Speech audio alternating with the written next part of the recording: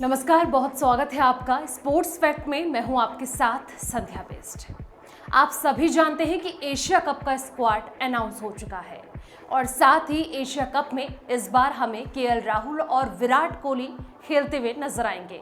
लेकिन क्या आप जानते हैं कि ये दो खिलाड़ी भले ही धुरंधर हैं, लेकिन ये कैप्टन यानी कि कप्तान रोहित शर्मा के लिए टेंशन बन गए हैं।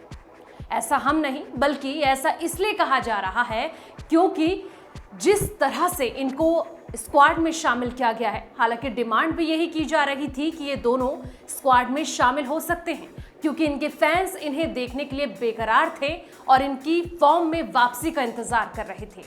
अब ऐसे में इनकी फॉर्म में आना और एशिया कप में इनकी जो जगह है वहां पर बरकरार रहना कुछ और धुरंधर खिलाड़ियों पर भारी पड़ता हुआ नजर आ रहा है। ऐसा हम क्यों कह रहे हैं वो आपको इस वीडियो में बताएंगे, लेकिन इस वीडियो को अंत तक आप जरूर देखें। आप सभी जानते हैं कि एशिया कप भले ही पास है, उससे पहले टीम इंडिया अपनी लगातार कोशिश में जुटी है।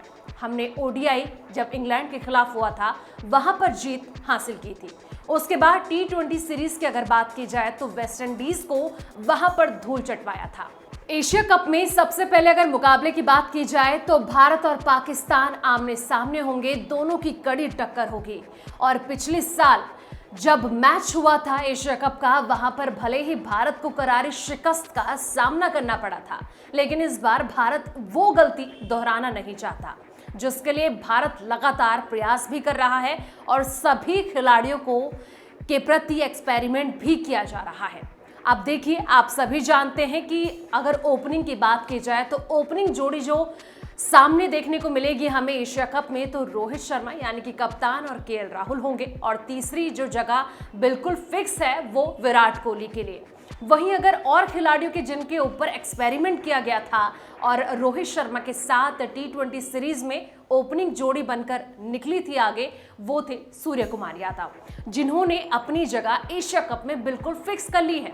वहीं अगर एक्सपेरिमेंट खिलाड़ी के तौर पर बात की जाए तो ऋषभ पंत भी वहां पर कारगर साबित हो रहे हैं, लेकिन और भी कई धुरंधर खिलाड़ी हैं जो कहीं ना कहीं हमें प्लेइंग 11 से बाहर के रास्ते की ओर दिखते हुए नजर आ रहे हैं। वो कौन से खिलाड़ी हैं? अगर प्लेइंग 11 में ये तमाम खिलाड़ी होते हैं तो कहीं ना कहीं अगर दिनेश कार्तिक की मैं यहाँ पर बात करूं, हार्दिक पांड्या की बात करूं, तो इन दोनों में से एक खिलाड़ी बाहर होता हुआ नजर आ सकता है।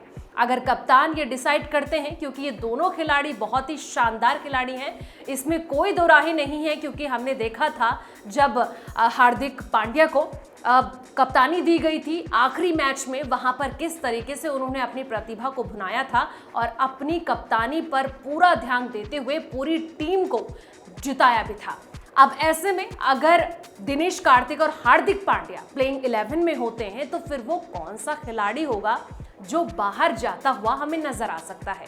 तो ये कहना गलत नहीं होगा, क्योंकि रविंद्र जडेजा की अगर मैं यहाँ पे बात करूं तो अगर ये दोनों खिलाड़ी यानी कि डीके और पांड्या टीम में शामिल होते हैं, प्लेइंग 11 में शामिल होते हैं, तो फिर रविंद्र जडेजा को बाहर रखना बिल्कुल कप्तान के लिए एक मुसीबत का सबब तो बन जाएगा, लेकिन कप्तान की ये मजबूरी भी हो जाएगी, क्योंकि अगर हम धुआंधार खिलाड़ियों की बात करें, केएल राहुल, विराट कोहली, सूर्य कुमार यादव, ये तमाम वो खिलाड़ी हैं जिनका प्लेइंग 11 में रहना बहुत ज़्यादा ज़रूरी है और जो टीम को आगे बढ़त भी हासिल करवा सकते हैं।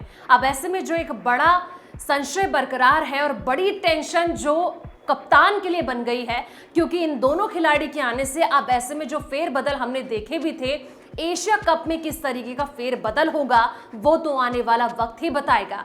आपको क्या लगता है कि आखिर कौन सा खिलाड़ी प्लेइंग 11 से बाहर होगा? क्या वो दिनेश कार्तिक होंगे, हार्दिक पांड्या होंगे या फिर रविंद्र जडेजा होंगे? आप कमेंट करके अपनी राय जरूर दें और साथ ही हमारे चैनल को सब्सक्राइब करें ताकि इसी तरीके से हर एक खबर आप तक पहुंचे सबसे पहले।